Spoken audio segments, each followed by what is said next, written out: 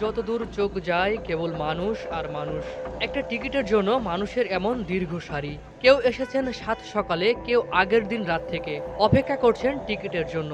আসছি সকাল ৬টা বাজে আসছি। গতকালকে বিসিবি থেকে বিবৃতি দেওয়া হয়েছে আজকে সকাল ১০টা থেকে টিকিট দেওয়া হবে। এখন সময় ১০টা ৩৮ বাজে। এখন আমরা কোনো সারা শব্দ কিছুই পাই না এখন পর্যন্ত। আমরা এখনো সকাল থেকে দাঁড়িয়ে আছি। আমাদেরকে কোনো কিছু বলা হয় না। যদি টিকিট দেয় আমাদেরকে বলে দেয় টিকিট দিবে। আর যদি না দেয় তাহলে আমাদেরকে না করে দেয় আমরা চলে যাব। বিপিএল প্রথম ম্যাচের টিকিট পেতে ক্রিকেট প্রেমীদের ঢল নামে মিরপুর শেরেবাংলা স্টেডিয়ামে। নির্দিষ্ট সময় পার হলেও টিকিট না পেয়ে চরম হতাশা দেখা দেয় টিকিট প্রত্যাশীদের মাঝে।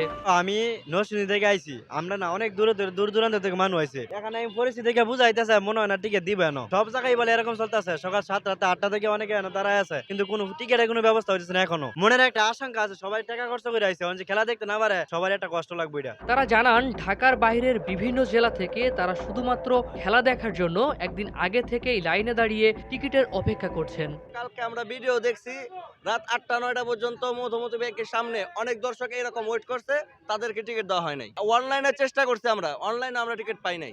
আমাদের সামনে এখনো এই ব্ল্যাকের টিকিটটা পড়ে নাই, এই জন্য এখনো ভাই আমরা বলতে পারতেছি না। কিন্তু আমরা অনলাইনে চেষ্টা করছি, সেখানে আমরা টিকিট পাই নাই। আমি আসছি আপনার ফজরের নামাজের পরে, কিন্তু এখনো টিকিট আমি পাই নাই। অনেকে আবার কাঙ্ক্ষিত টিকিট না পেয়ে ভুয়া ভুয়া স্লোগান দিতে থাকেন। অনেকেই অভিযোগ করেন বিসিবির কর্মকর্তারা টিকিট সিন্ডিকেটের সাথে জড়িত।